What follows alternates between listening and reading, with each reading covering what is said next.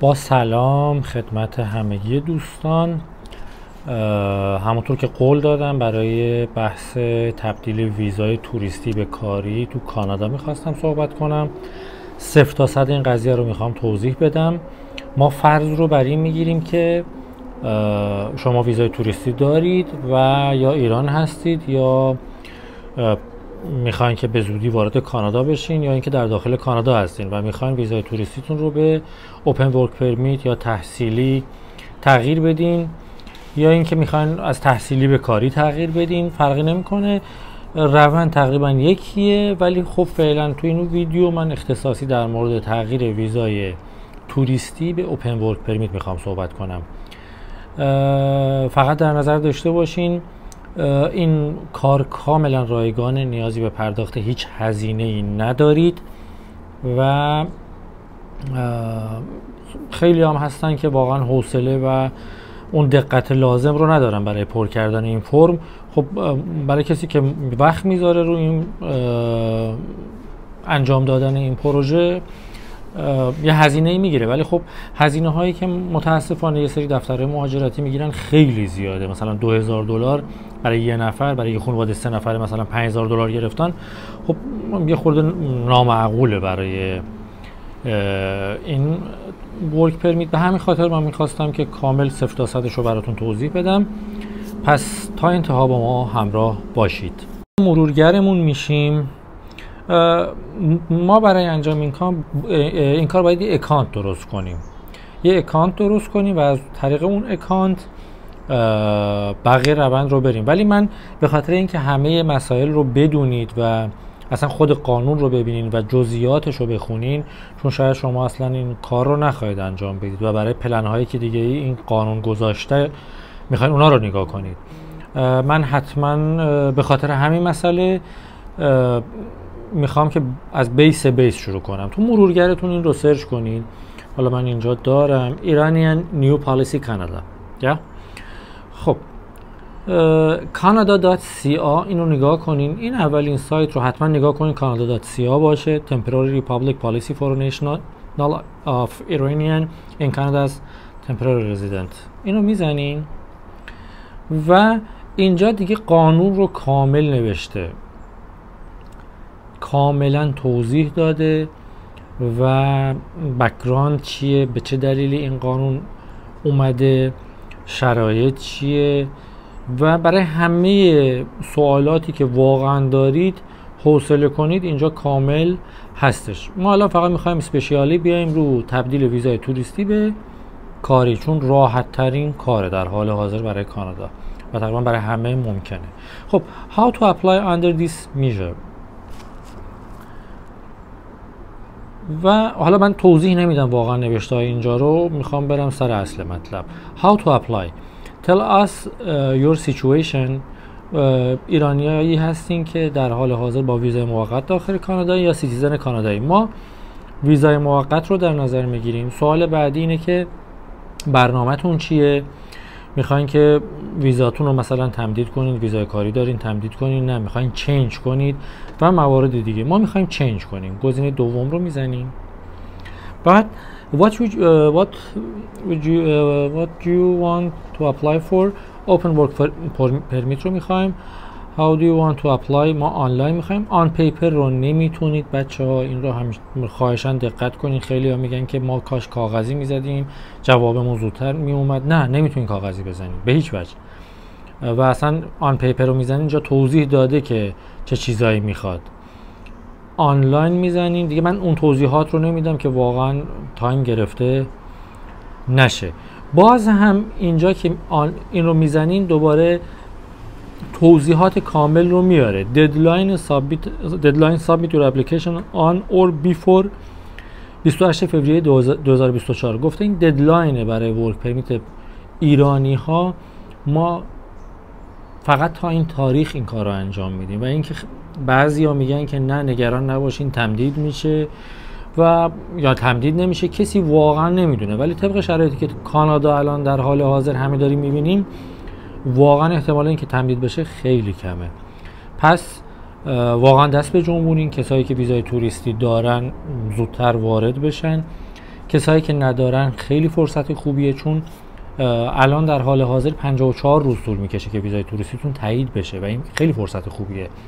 قبلا 180 روز، 150 روز، حتی 200 روز به بالا بوده و این اواخر اومد رو 130 روز، ولی جدیداً اومده رو 54 روز. یعنی شما واقعا بعد 54 روز، من تقریبا 4-5 هفته پیش بود برای یه نفر اقدام کردیم، بعد 1 ماه و 8 روز ویزاش اومد، ویزا توریستیش اومد. خیلی فرصت خوبیه و واقعا رو از دست ندیم. خب ما برای کسایی که میخوان، باز هم میگم میتونن اینجا اطلاعات کامل رو بگیرن. ما آنلاین اپلیکیشن رو میزنیم to extend or change the condition on your work permit. بعد باز هم اینجا همه توضیحات هستش که شما چه کارهایی باید انجام بدید و استپاتون چیه، چجوری اپلای کنید. من وارد این بحث ها نمیشم، ولی واقعا بخونید اینها رو برای کسایی که حالا شرایط دیگه ای رو دارن. باز همین بحث ها رو بخونید که چون خیلی بهتون کمک میکنه. اگه اینجا دقت کرده باشین، این آخر فی فور اوپن ورک پرمیت، نگاه کنین $155 هزینه شه برای تغییر اوپن ورک پرمیت، ولی این قانون، این پالیسی جدید که برای ایرانی اومده واقعا رایگانه. شما هیچ هزینه‌ای نمیخواد پرداخت کنید و خود این یه موقعیت بسیار عالیه. و برای شروع همونطور که قبلش گفتم حتما باید یه اکانت داشته باشید. خب ما یه اکانت باز میکنیم در سایت canada.ca create an account or sign in، اینجا رو بزنید و اکانتی که شما باید باز کنین GCK باشه. حالا این آپشن های دیگه هست، ولی کسایی که با ویزای توریستی داخل ایرانن حتما GCK باشه. خب من قبلا یه اکانت باز کردم اینجا، این اکانت رو بزنم.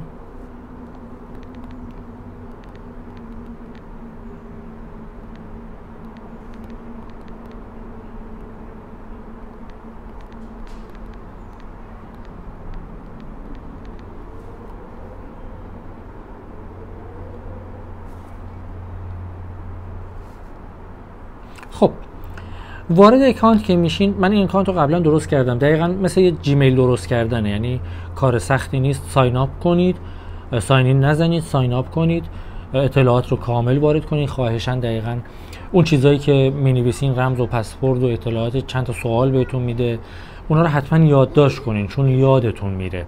حتما یادداشت کنین، خیلی مهمه. خب ما فرض رو برای میگیریم که اکانت رو درست کردین، دقیقاً مثل جیمیل یا ایمیل درست کردنه، چیز خاصی نداره. خب وارد اکانتتون که باز شد، میایم پایین Start an application Apply to come to Canada، این گزینه رو میزنید، این رو ول کنید Please enter your personal reference.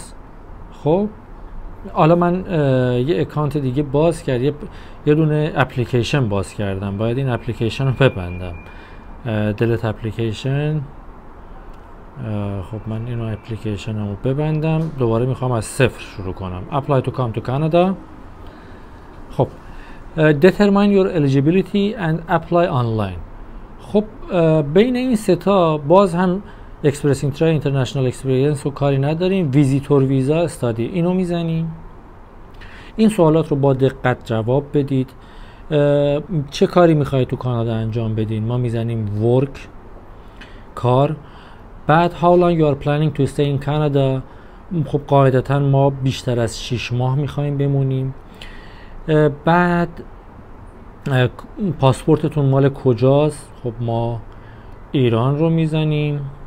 و چیزی که خیلی جالبه بچه‌ها اینه که بدونین ایرانیایی هم بودن که مثلا پاسپورت کشورهای دیگه رو داشتن، با پاسپورت کشورهای دیگه کانادا بودن و اومدن با این پالیسی جدید اوکی گرفتن. اینم جالبه. خب current countryتون کجاست؟ بعد خب ما ایرانه، ولی گفته اگر شما در حال حاضر در کانادا هستید باید کانادا رو بزنید. بله ما در حال حاضر کانادا هستیم و حتما باید کانادا رو بزنید. اگه کانادا رو نذارین اپلیکیشنتون با خطا مواجه میشه. خب میگه کسی از اعضای خانواده شما سیتیزن کاناداست یا پرمننت رزیدنت کاناداست که بالای 18 سالش باشه. ما ممکنه خیلی‌ها رو دیدم اینجا این شرایطو دارن، خیلی‌ها این وضعیت رو دارن. ما بدترین حالت‌ها رو در نظر میگیریم که نه تاریخ تولدتون رو خواهشاً دقیق بزنید، خواهشاً، خیلی مهمه. مثلا من میزنم 1980 سپتامبر فرزن 5. بعد شما در مورد پرمننت رزیدنت آمریکا سوال میکنه، ما باز هم نو میزنیم، نداریم. اگه دارید شما یس بزنید. و what's your current immigration status in Canada؟ در حال حاضر استاتوس شما تو کانادا چیه؟ خب استاتوس ما در حال حاضر ویزیتوره، حتما ویزیتور رو بزنید. next. بعد اینجا نوشته find out if you are eligible to apply. اگه اینجا دقت کرده باشین 1 2 3 چهارمین گزینه است. بله. I am applying for an open work permit under an active public policy or pilot program announced by IRCC. دقیقاً ما یه شرایط خاصیه که IRCC برای ایرانی‌ها گذاشته و اگه اون اسلایدها، اگه اول برنامه رو دوباره مرور کنید، اون اسلاید اولی که من آوردم دقیقاً چرایی این قانون رو نوشته. بله، ما می‌نویسیم که yes جزء این قضیه هستیم. بعد میگه که suppose common law partner or dependent childتون خب همراهتونه. اینجا hold study permit in your، خب همونطور که من گفتم، بله من همسرم همراهمه. من فرض رو بر این گرفتم که شما با یک نفر، با همسرتون اینجایین یا بچه‌تون اینجایین. شما بنویسین yes، اگه نه تنهایین نه نو رو میزنین، ولی من فرض رو بر این میگیرم که شما یک نفر دیگه همراهتونه. yes. بعد میگه که آیا همسر شما یا پارتنر شما یا چایلد شما این شرایط رو داره؟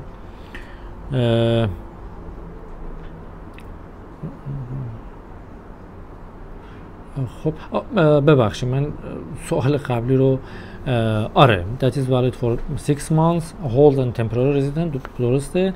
و این سوال هم اینه که foreign government میگه همسر شما یا پارتنر شما یا این سوال، این گزینه رو هم بگم خیلی ها به من زنگ میزنن میگن مثلا پارتنر من میتونم برای پارتنرم اقدام کنم، یعنی ما الان میخوایم ازدواج کنیم ولی تو ایران هنوز ازدواج نکردیم و بالا به اصطلاح خودمون دوست دخترمه یا دوست پسرمه، آیا میتونیم اقدام کنیم؟ نگاه کنین طبق وبسایت IRCC کانادا بله میتونین اقدام کنین، ولی خب خیلی سخته ثابت کردن دوست دختر دوست پسر، یعنی اینکه شما پارتنرتونه، یعنی شما باید یه سری مدارک بیارین که خونه گرفتین یه سال با همین و حالا ثابت کردن اینکه پارتنرین خیلی سخته.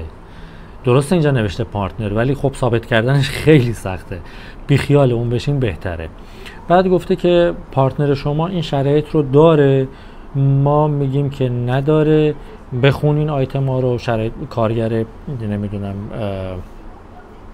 دینی بوده، یه کمپانی خارجی کار کرده، تو میلیتاری بوده، نه من میگم نداشته. بعد are you applying under the Canada USA Mexico agreement؟ نه. What's your marital status؟ من همونطور که گفتم ما فرض رو برای میگیریم که شما متأهل اومدید.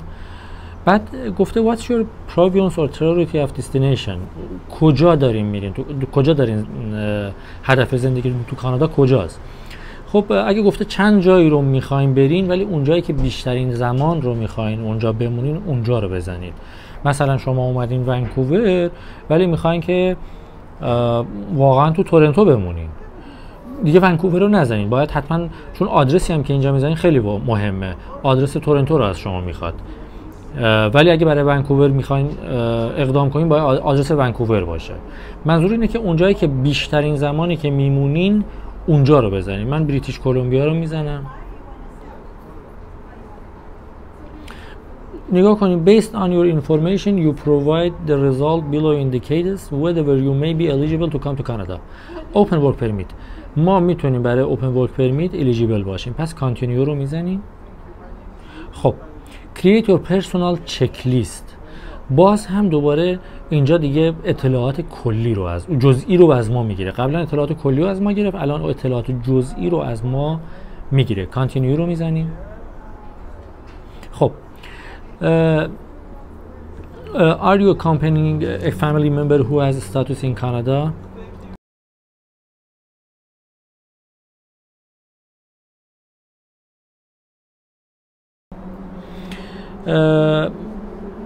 اینجا خیلی مهمه.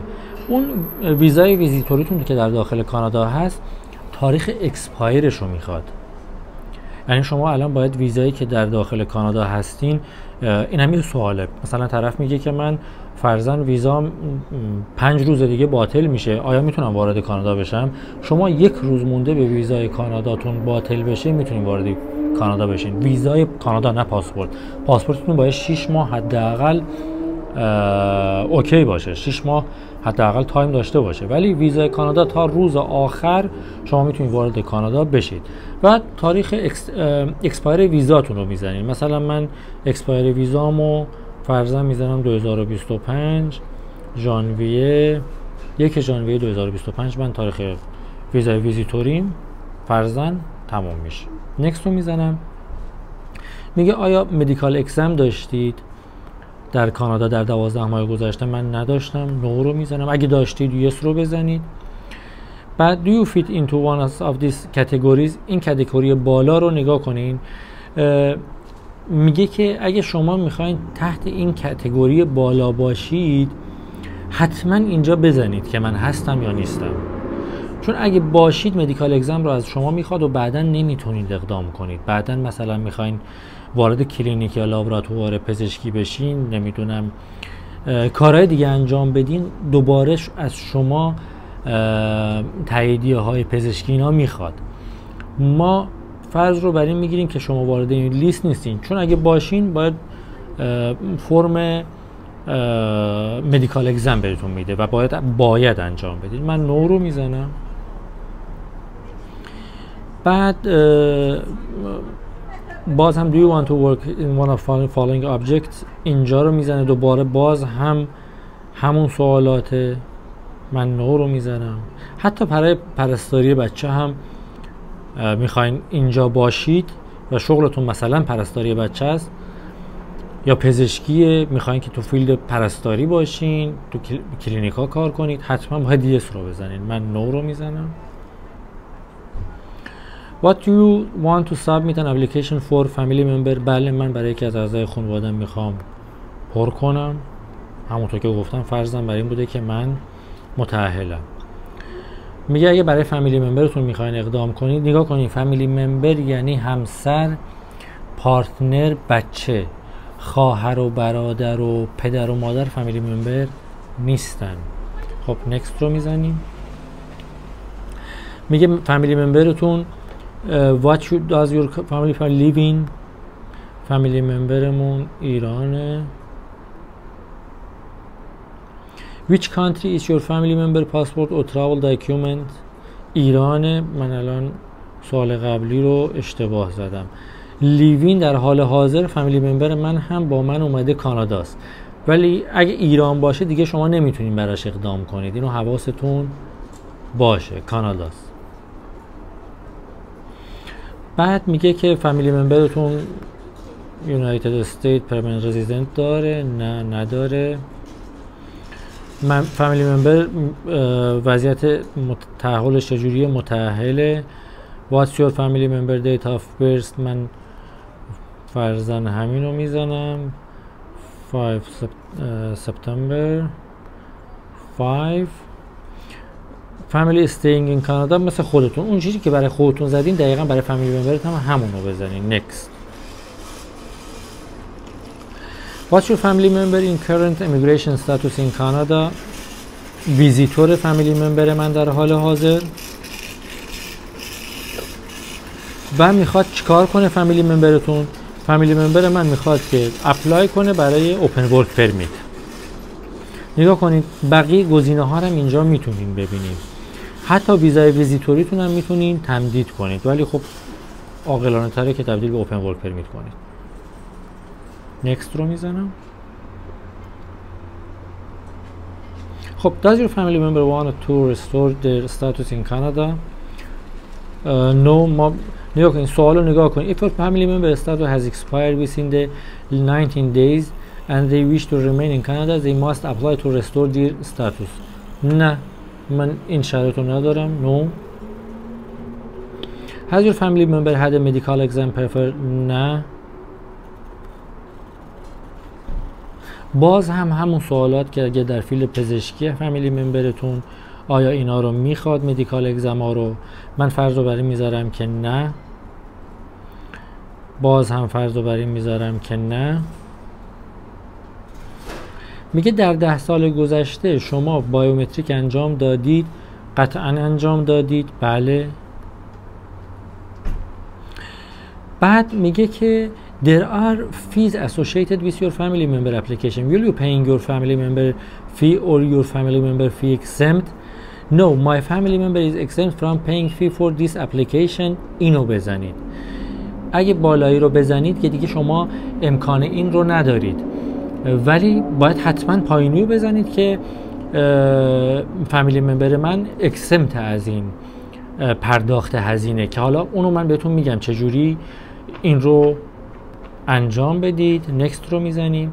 what you want to submit an application for another family member. اگه بچه دارید باید بنویسید yes.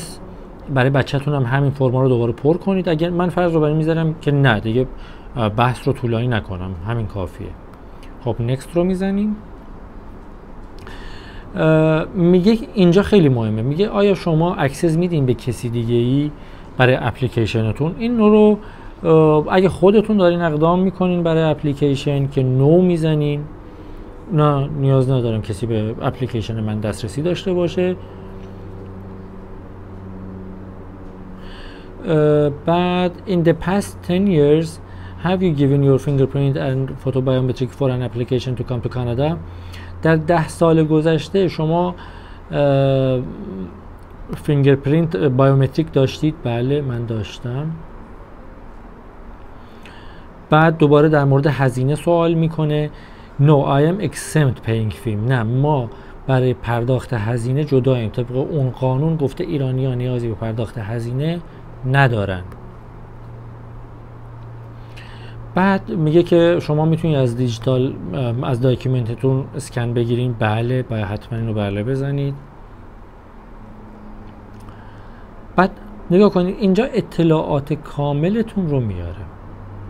خب یعنی همه اطلاعاتی که ما پر کردیم دوباره حتما اینجا خواهشاً چک بکنید، دوباره کامل چک بکنید ببینید دقیقاً چی نوشته و چه جوابهایی دادید، آیا درسته درست نیست، وضعیت چطوریه. بعد اگه اوکی بود کانتینیو رو میزنید. خب نگاه کنید سابمیتینگ رو اپلیکیشن استپ هایی که دارید رو براتون اینجا زده. خب کامل توضیح داده در مورد همه مسائل. من کانتینیو رو میزنم. خب تقریبا انتهای کارمون رسیدیم. اگه دقت کرده باشین اپلیکیشن فرمتون اینجاست. این فرم رو روش کلیک میکنید، دانلود میکنید، پر میکنید، آپلود میکنید. پر میکنید با دست پر نکنید، تو کامپیوتر دقیقا پر میکنید و آپلود میکنید. اطلاعات پاسپورتتون رو میخواد اینجا آپلود میکنید. اطلاعات فامیلی ممبرتون فرم 5713 رو روش کلیک میکنید، پر میکنید. برای پروف آف فی اکسمپشن لطفاً این برگه‌ای که رو صفحه میاد طبق همین پر کنید. اطلاعات ازدواجتون رو اینجا آپلود میکنید. دیجیتال فوتو رو این سوال ها کلیک کنید براتون میاره بچه ها که چیه، مشخصات چجوری باشه.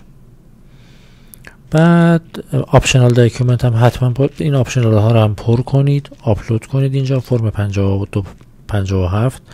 کلاینت اینفورمیشن هم خواهشن اینو بزنید، این برای تاکید بیشتره. بعد برای فامیلی ممبر که گفتیم فامیلی ممبر دارم، فرم 5710 رو آپلود میکنید، پاسپورت رو آپلود میکنید، پروف آف فی اکسمپشن باز هم اینو میزنید. بعد اپلیکیشن اینجا داکیومنت لیست اپلیکیشن فور تمپورال رزیدنت ویزا فرم 52 57 اینم اینجا آپلود میکنید. فقط یه گزینه‌ای بچه‌ها اینه که این اطلاعاتی که اینجا میزنین با اطلاعاتی که تو ویزای ویزیتورتون زدین یکی باشه. خواهشاً کوچکترین مغایرتی داشته باشه ریفیوز میشه، پروندهتون تایید نخواهد شد. حتما یکی باشه. چک کنید ویزای توریستیتون رو. و این پایین هم نگاه کنید اپلیکیشن رو $0 زده. $0 هزینه اپلیکیشن رو. بعد برای پر کردن این فرم ها هم واقعا زیاد سخت نیست. بعضیا حوصله ندارن انجام بدن یا یه خورده دقت میخواد. من طریق پر کردن فرم ها رو هم تو یوتیوب آپلود میکنم، چون واقعا تو اینستاگرام خیلی ریزن نمیشه. تو یوتیوب آپلود میکنم، دوست داشتین تو یوتیوب میتونین برین نگاه کنید. و همین. پاینده باشید. روزگارتون خوش.